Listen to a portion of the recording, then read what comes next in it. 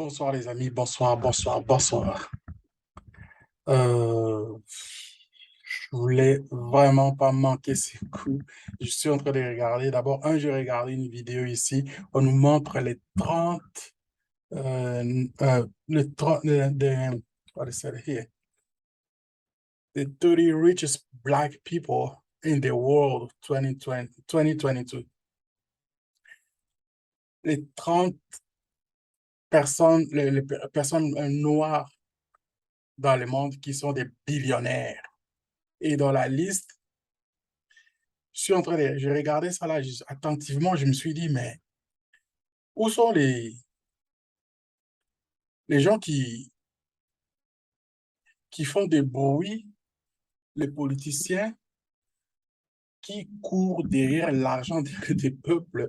Par exemple, dans notre pays, au Congo, le Congo a démocratisé comme notre frère, comment Gino, il les appelle. On n'a pas vu un seul Congolais dessus. Dans la liste, on n'a pas vu même pas un, bon, je ne sais pas, donc, de toute façon, on n'a plus des gens riches dans ce pays. Ce sont des étrangers qui ont pris toute la richesse et puis avec l'occupation. Mais je suis allé, j'ai dit, ben, je vais regarder la liste. Donc, la vidéo, elle est un petit peu longue, donc je ne vais pas embrouiller. Donc, je vais vous mettre les liens, donc je vais vous faire la référence de ça. Ils ont parlé de 30 personnes, des billionnaires, pas des millionnaires. Des billionnaires, c'est donc des milliardaires.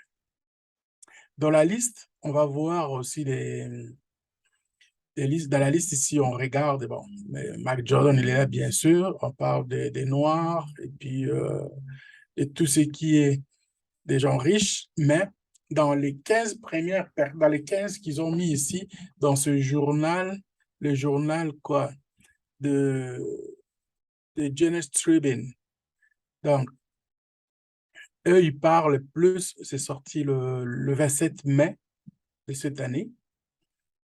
Ils ont affiché Mike Jordan comme en tête là, mais dans la liste des les gens les plus riches de noirs de la planète, on parle de Aliko Dangote. Donc, ça, c'est Nigeria. Il n'est pas politicien. Au deuxième rang, on regarde Mike Adenuga. C'est un Nigérien aussi. Troisième, on parle de 1962 Denver-born Rob Smith. C'est un Américain avec 6,7 milliards de dollars de ses actifs. Mike Adenuga, c'est 7,3 milliards. C'était enregistré en 2021. Aliko Dangote, lui, il est à 14 milliards. Et au quatrième rang, on voit Abdul Samad Rabiu. Lui, c'est qui? C'était Nigeria aussi. Et voilà.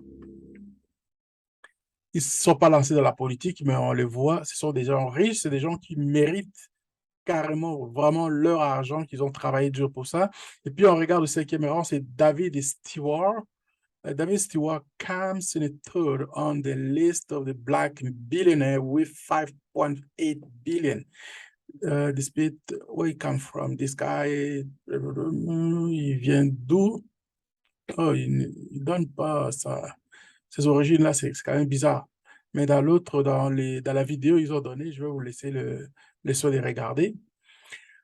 Patrice Motsepe, Soweto, ça c'est South Africa, avec ses actifs de 3,3 milliards. Septième rang, on regarde Oprah Winfrey. Oprah Winfrey, Mama Oprah aux États-Unis, avec un actif de 2,7, 2,6, 2,7 milliards. Alex Karp. Alex Karp il vient de Alexander Karp is one of the richest black billionaires in the world. He's set worth 1.1 billion. Alex says, blah, blah, blah, where he come from, Non. It's American, yeah. C'était l'américain. Ouais. OK. Kanye West. Yeah, West. Oh, West avec 3,2 milliards. Wow. Rihanna, la musicienne, la chanteuse, l'actrice, avec 1,7 milliards. Mike Jordan avec, c'est quoi ses actifs aujourd'hui? Il y a un temps, je voyais, c'était 1 milliard et quelque chose, c'était 1,7. Ouais. Mike Jordan, c'était 1,7. Michael Chin, c'était Jamaïcain. Jamaica. Il était à Toronto. Je sais qu'il était à Toronto et ben, c'était un Jamaïcain. Ouais, en Ontario, Canada, avec 2 milliards. Steve Masiyiwa, 2,4 milliards. Wow. 14, JJZ, avec, c'était l'américain, avec 1,4 milliard. Tyler Perry, je pense que c'était l'américain aussi, si je ne me trompe pas. Ouais, c'était l'américain à Atlanta, Georgia, avec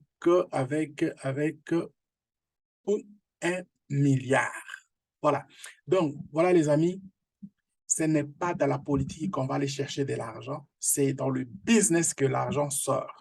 Et chez nous, c'est le contraire. Les gens qui sont dans la politique, qui s'enrichissent derrière le dos de la nation, le dos de la population, et bon, ils finissent par ruiner même l'économie, ruiner les gens qui sont dans le business.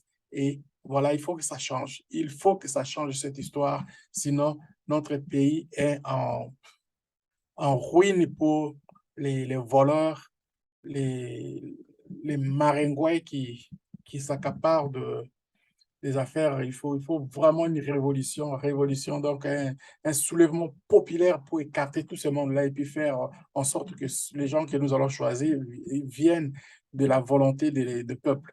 Voilà un peu, j'ai dit, je vais essayer de voir pour faire en sorte que je vous laisse un peu ça comme un petit goût de ce que j'ai regardé c'est cette vidéo bien fait pour montrer aux gens. Je vais trouver cette vidéo-là et puis je vais mettre ça donc dans les réseaux. Allez, merci beaucoup et puis gardez courage et puis travaillons fort. Notre pays est tellement riche que ça ne prend pas grand temps pour arriver à ce genre de montant d'argent. Les gens comme Aliko Dangote, donc c'est facile de l'attraper. Je l'ai écouté, j'ai regardé ce qu'il a fait comme truc, donc ça ne prend pas grand-chose. Notre pays n'est pas encore construit. Le matériel qu'il a, les ciments qu'il a, donc il suffit seulement d'un petit contrat de rien du tout et puis on arrive à les rattraper et puis notre pays va prendre l'envol vraiment pour une économie qui va rester pour de bon. Allez, merci beaucoup, à la prochaine. Gardons courage.